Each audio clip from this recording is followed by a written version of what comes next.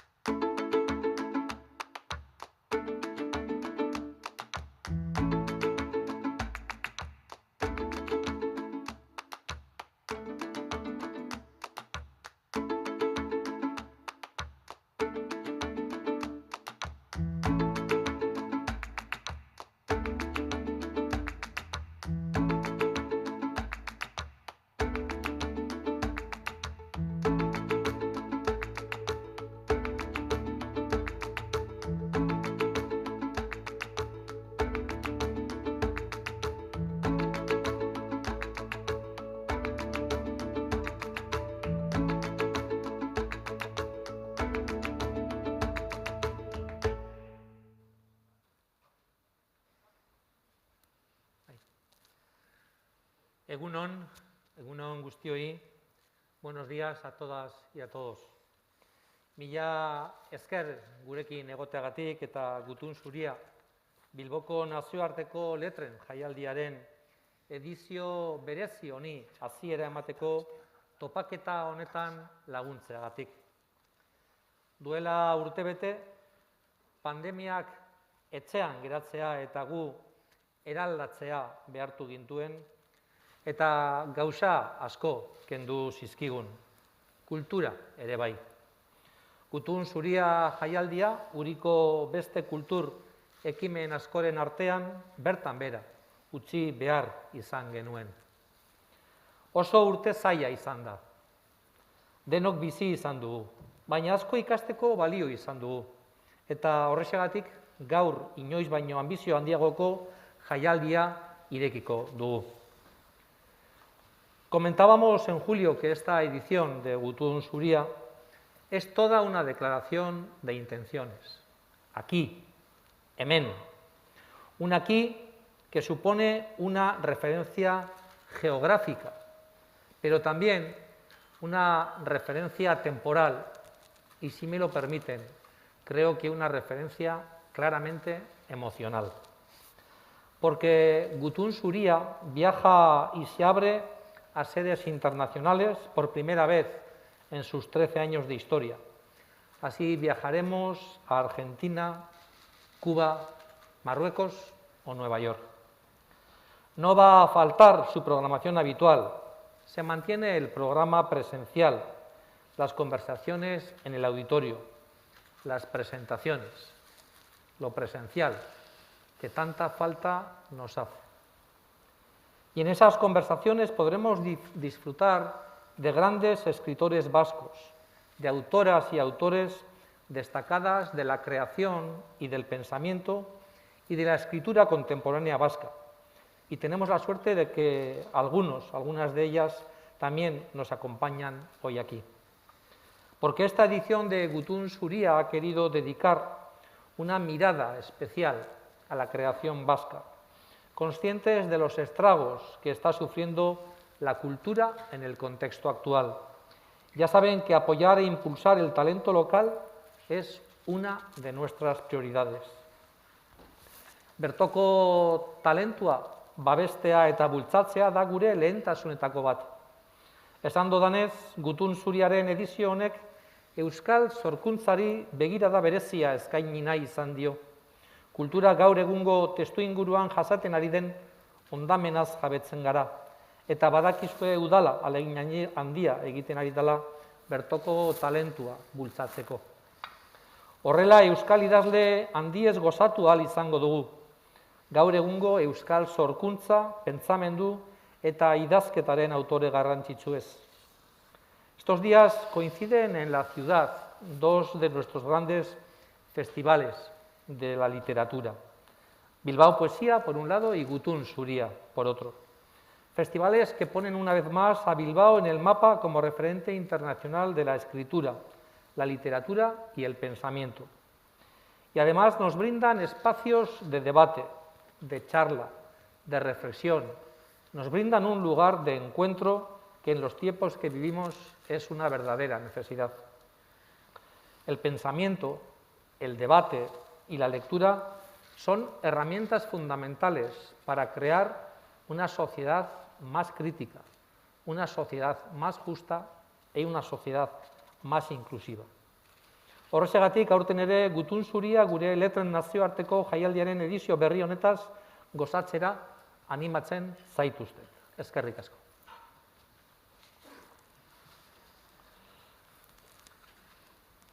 Eskerrik asko, alkate, egunon, ongi etorri Azkuna zentrora eta topaketa honetara. Gutun Zuriaren beste edizio bati ekingo diogu gaur. Aurreko egunetan iragarri dugunez eta alkateak esan berri duenez, Gutun Zuria aldatu eginda alde askotatik. Hemen, non guztiak biltzen dituen lekua, da aurtengo goiburua. Koldo Izagirreren hemendik idazten dugu poemaren bertso baten oinarrituta dago. Eta aurten Gutun Zuria zer izango den laburbiltzen du. Nazioarteko erreferenteak diren hirurogeitik gora egilek parte hartuko duten jaialdi bat. Ez literaturaren eta hitzaren esparrukoak soilik, baita pentsamenduaren, zuzeneko arten, kazetaritzaren, soziologiaren eta antropologiaren eremuetakoak ere. Como ya hemos avanzado en estos días previos y como ya ha comentado el alcalde, Gutun Zuria se transforma en muchos de estos aspectos.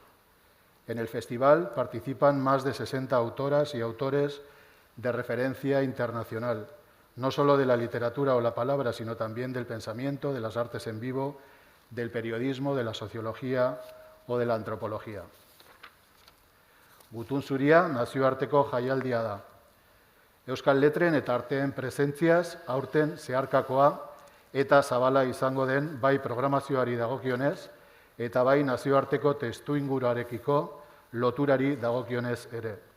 Batetik, bertoko egile gehiago daude, baina horrez gain euskal kultura garaikidearen testuinguruan jartzen duten gune berriak sortu ditugu esparruetan. Como decía, si hay algo que caracteriza este aquí, que recoge todos los dondes, el título del festival, es el diálogo que se abre entre la creación local y artistas de todo el mundo y sus contextos, tratando de desbordar el marco habitual desde el que se piensa la cultura vasca y generando vínculos duraderos con espacios internacionales. En estos encuentros transitaremos por temas tan interesantes y tan actuales como la propia literatura vasca, el surgimiento de nuevas voces de orígenes migrantes o la creación contemporánea de aquí o de allí.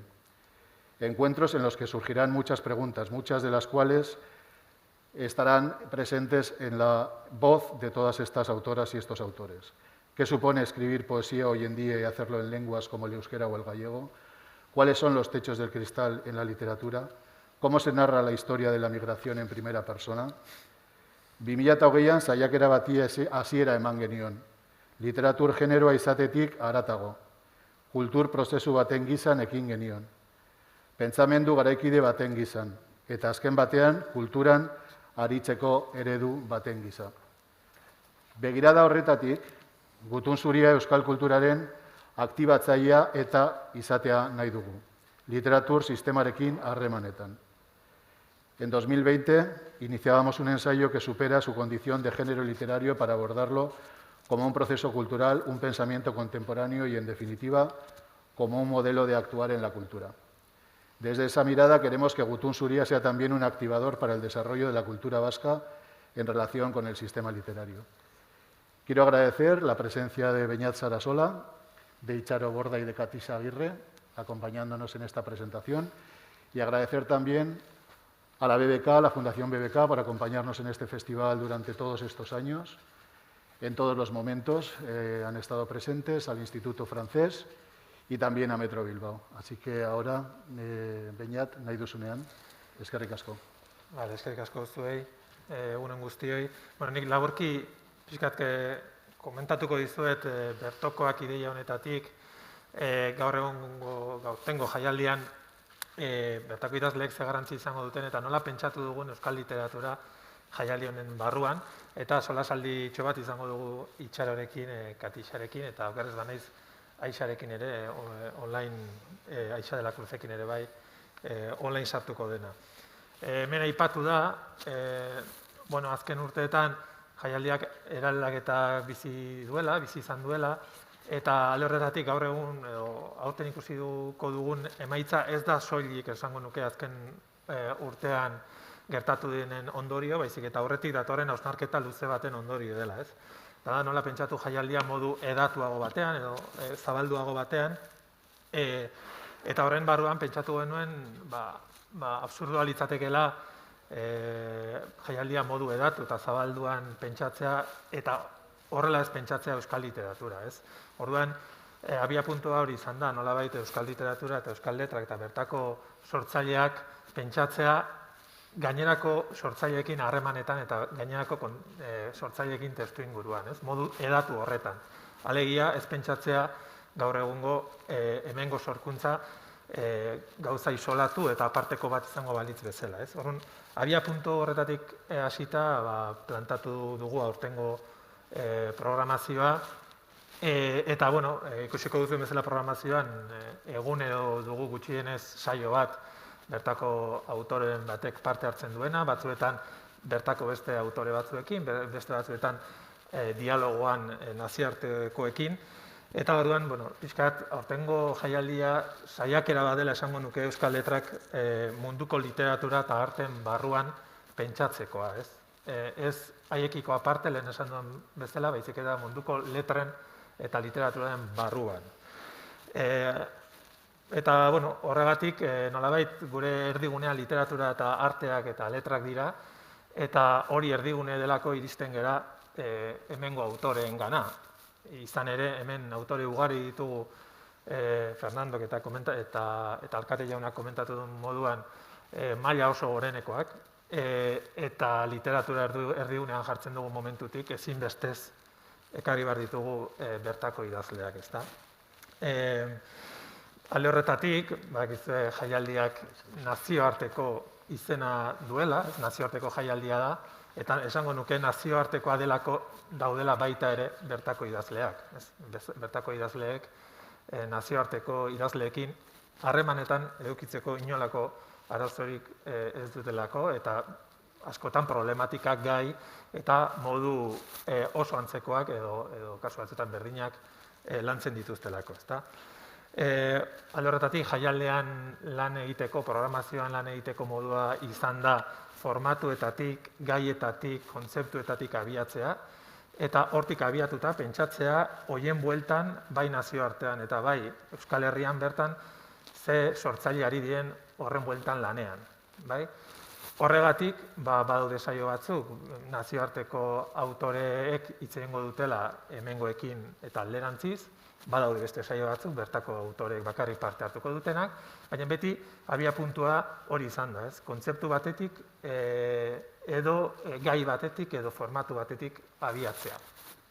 Esate baterako, hemen itxaroborda dagoenez, itxarobordoren mailan nolabait abiapuntua izan da literaturan nola landu daitezken hizkuntza aldaerak, hizkuntza bakoitzaren aldaeretan, edo aldaera horiek ze punturaino izan daitezken emankorrak literaturarako, eta Mexikon Juri Herrerak egiten duen bezala, edo Monika Ojedak egiten duen bezala, Euskal Herrian horren adibidetako bat izango genuke itxarobordak egin duena bere obran zehar, eta horregatik jarri ditugu beraiekin harremanetan, ez?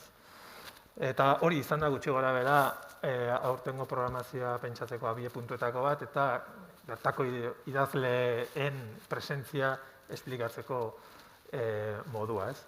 Orduan hau esan da, sarreratxo hau esan da, Aixa, Katixa eta Itxarorekin solasaldutxo bat izango dugu, eta lehenik eta bain galdetu nahi nizuen zer suposatzen duen zuentzat Gutun Zuria ezalako jaialdi batean parte hartzea.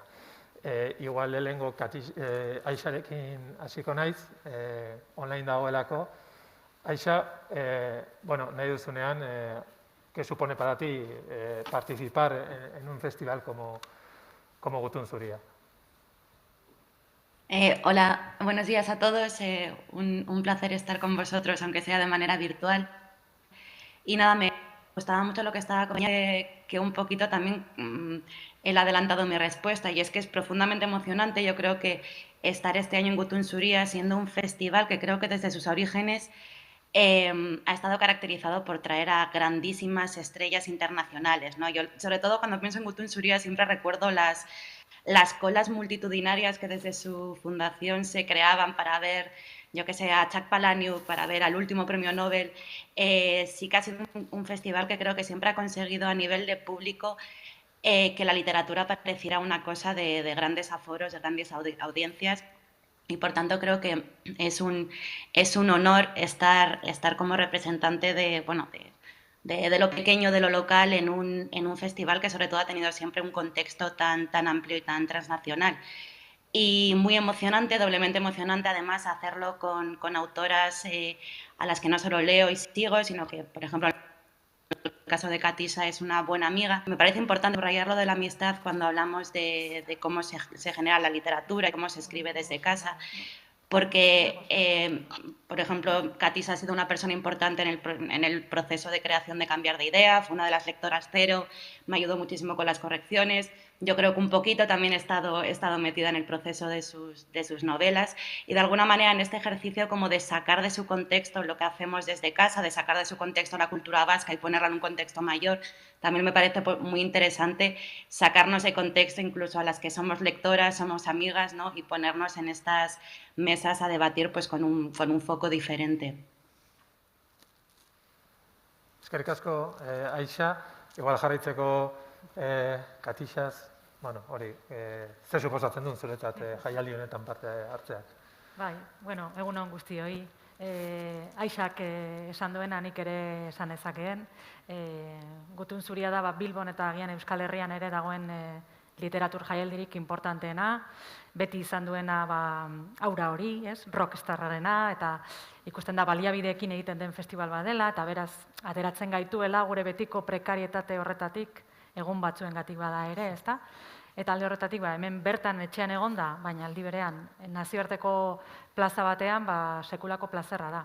Horri gehitzen badiozu, lagunekin, miresten dituzun idazlekin, agian ezagutu ez, baina irakurri bai egiten dituzun idazle horiekin kontaktua gehi publiko zabal batekin kontaktuan egoteko aukera, sekulakoa da niretzako, guretzako uste dut, eta oso eskertuta. Itxaro? Bai, netzat ere, bigarren aldea da parte hartzen dutala Gutun Zuriak festival honetan. Lehen aldean erotismoaren gaiaren inguruan gertatu zen. Eta goitzen naiz, Tezvan Todorovekin nola simpatizatu nuen, eta uste dut hori holako aukerak edo holako momentuak bizitzeko balio duela holako festivala batez, gero Aixak eta zuk egan duzun bezala, egia da guk miresten ditugun izenak etortzen direla eta pixka bat fan gisa ere egiten dugula. Gauza asko badugu ikasteko Gutun Zuriak bezalako festival batetik, eta azken urte honetan, iparraldean beden, Frantzian publikorik gabe ekiterat behartuak gira, eta alde hortarik guretzat da ere modu bat berriz publikoaren ganat joiteko eta publikoa gure ganat etortzeko. Eta emozione handirekin uste dut pasatuko dela ortengo Gutun Zuria, eta hemen dialogoak eta elkarrizketak eta sortuko dira aipatuko ditugun gaien inguruan. Eskerrik asko, Itxaro, eta pixka galetu nahi nizuen bigarren galdera batean bakoitzaren saioen inguruan, pixkat interesgarri izan daitekelako, ze bilagin interesgarri dira aste honetan ikusiko dugunaz konturatzeko, ez? Alde batetik, Katisa eta Aixak parte hartuko dute mailingurua Eider Rodriguezekin eta Iza Bartzenillak bideratua. Hori iaztik datorren saio bat da, iazko ediziotik datorren saio bat, eta igual, bueno, pixkat laburki bada ere, zer esperoko dugun zuen saioan edo esaterik baduzue, Katisa eta Aixa, igual Katisarekin hasita. Bai, bueno, bitxia izango da, agian, ze hau, zuk esan duzun bezala, iazia planteatu zen gaia izan zen, pixka bat prestatu genuena, eta azken momentuan denok dakigun bezala bertan bera gelditu behar izan zuena, eta aurten, bizitzak bigarren aukera bat ematen digu, ze bizitzak beti aurrera egiten du, ezta, eta, hori postekoa da. Kontua da, gai horri, ensaioaren gaia zela, hartu nahi genuen saiakera, genero literario bezala, baina genero literario hibridoa, edo hibridatzeko joera daukana. Nik uste dut hori zela abiapuntua, eta abiapuntu horretatik gutako batzuek idatzi genuen saiakera bat horren inguruan, ez? Orain publikatu dena, hori beste momentu batean azalduko da. Baina esan nahi dut, gaiari ja heldu diogula idatziz, ezta? Eta orain izango dugula momentua gure artean ere horren inguruan hitz egiteko, ez? Ensaioaren pisua gure obran, agian kasu batzuetan, nire kasuan bezala, ez dena oso handia, baina bai izan duela, ez? Eta aztarna hor utzi duena, beti ere bestelako generoekin nahastuta, ezta? Nobelarekin nahastuta adibidez. Zer da novela, ez bada genero hibrido bat, dena bere baitan onartzen duena, ez? Eta uste dut hortik joko dugula, hibridazio hori, nobelarekin, memoriekin, autofikzioa deitzen den zera horrekin, eta zer nolako eragina eta zer nolako emaitza ekartzen dituen nolako hibridazioak. Aisha, si quieres comentarnos tú también, bueno, en tu obra también aparece, ¿no?, esta característica de hibridación de alguna forma entre el ensayo, la ficción. Sí, bueno, en relación a la mesa creo que Katisa lo ha expuesto muy bien. Yo únicamente agregaría que creo que es realmente interesante la idea de que haya pasado un año, este año tan particular, ¿no?, desde que planteamos este encuentro y pensamos este encuentro hasta ahora. A mí me gustaría mucho también, si tenemos oportunidad, ¿no?, que saliera a colación de qué manera han cambiado nuestras ideas, nuestras miradas en relación con aquello que escribimos hace un año. Y nada, creo que será interesante, en efecto, comentar algo que creo que está muy en boga en la literatura contemporánea, que es lo que comentaba Katisa de la hibridación de géneros, más que nada porque somos tres autoras que creo que proponemos esa misma idea de diferentes maneras, ¿no? Con mayor peso del ensayo, con menor peso, con una relación más fluida o menos fluida entre el componente ensayístico, autobiográfico, pero vaya, que creo que, bueno, que siendo tres exponentes, ¿no?, de esta suerte de tendencia, pues creo que puede dar juego por la propia variedad que hay en las propuestas. Muy bien. Y, bueno, pasatzen Itxaro Bordare parte hartuko duen saiora, lehen esan duan bezala, lehen aurreratu dut, pixkat, Monika Ojeda eta Juri Herrerarekin parte hartuko du, eta Arrate Hidalgo izango da bideratzailea. Konta iguzu, Itxaro, pixka bat, bueno, ze animorekin eta ze ideiekin etorriko zean.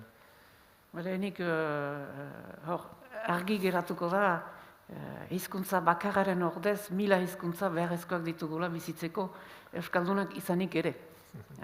Mono hiztun izatea ez dela bat ere gure onerako, zerbait balimada onerako. Eta segur aski konturatuko gira, nahiz eta 10 hizkuntza batean hitz egiten dugun, 10 hizkuntza hortan ere mailak badirela. Gai orokorra izango da hizkuntza publikoa, hizkuntza pribatua. Euskararen baitan bertan gure barnean baditugu maila horiek. Eta errangabe doa, beste hizkuntza batzu ere ezagutzen ditugu, ene bigarren hizkuntza frantsesa da. Eta beraz, hor ere bada alako mailkatze bat. Eta bada, izan da gatazka, eta izan da baketzea, eta izan da elkar bizitzea, hizkuntza horiekin, gero gaztelera, inglesa, eta hainbat, eta uste dut ere, enegatik, ene partetik aipatzen ahalko dutala ere, 6 urtetarik 12 urte arte bizi izan dugun hizkuntza baten ezabaketa gure baitan.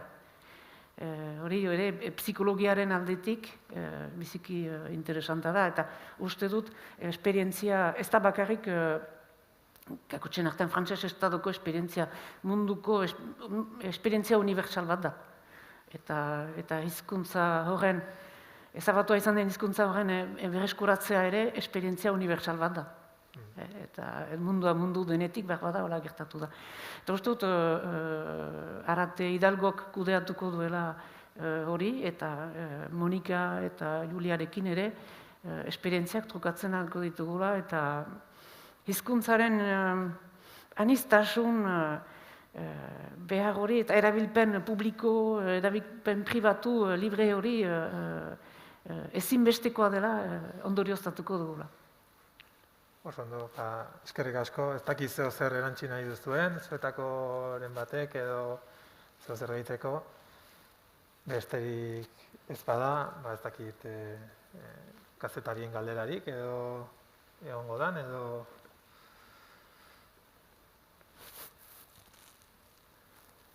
Bueno, galderarik ez badago, hau urrezko aperitibo bat izan da.